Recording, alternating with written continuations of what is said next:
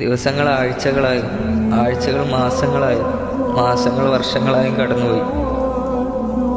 ഞാനിന്ന് ഒറ്റക്ക് കവറിൻ്റെ ഉള്ളിലാണ്. എൻ്റെ ദുഃഖത്തിലും സന്തോഷത്തിലും എൻ്റെ കൂടെ ഉണ്ടായിരുന്ന എൻ്റെ കുടുംബക്കാരോ ചങ്ങാതിമാരോ ഇന്ന് എൻ്റെ കൂടെ ഇല്ല. ഞാൻ എൻ്റെ ചോര നീരാക്കി പടർത്തിയെടുത്ത എൻ്റെ സ്വപ്നമായിട്ടുള്ള വീടുണ്ടല്ലോ, അവിടെ ആരൊക്കെയോ താമസിക്കുകയാണ്. ഞാൻ ലക്ഷങ്ങൾ മുടക്കി വാങ്ങിയ എൻ്റെ വണ്ടിയിൽ നിന്ന് ഓടാണ്ട് ഗ്യാരേജിൽ തുരുമ്പ് പിടിച്ച് കിടക്കുകയാണ്. എൻ്റെ ഇഷ്ടപ്പെട്ട ഡ്രസ്സുകളെല്ലാം പഴകിയിട്ട് ഉപയോഗിക്കാൻ പറ്റാത്ത അവസ്ഥയിലായി. എൻ്റെ സ്വത്തുക്കൾക്ക് വേണ്ടി ഇന്നും അവിടെ വഴക്കിടുകയാണ്. ഞാനിപ്പോൾ ആലോചിക്കുന്നത്, എന്തിനായിരുന്നു ഇതെല്ലാം?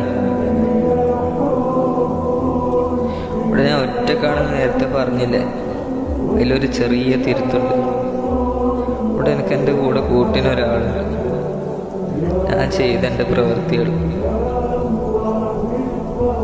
കണ്ണ് നനഞ്ഞുകൊണ്ടുള്ള നമസ്കാരങ്ങളും ദുആകളും, ആരും അറിയാതൊക്കെ ഞാൻ ചെയ്ത ചെറിയ ചെറിയ സ്വതക്കകളും, ഞാൻ ഓതി ഖുർആനുകളും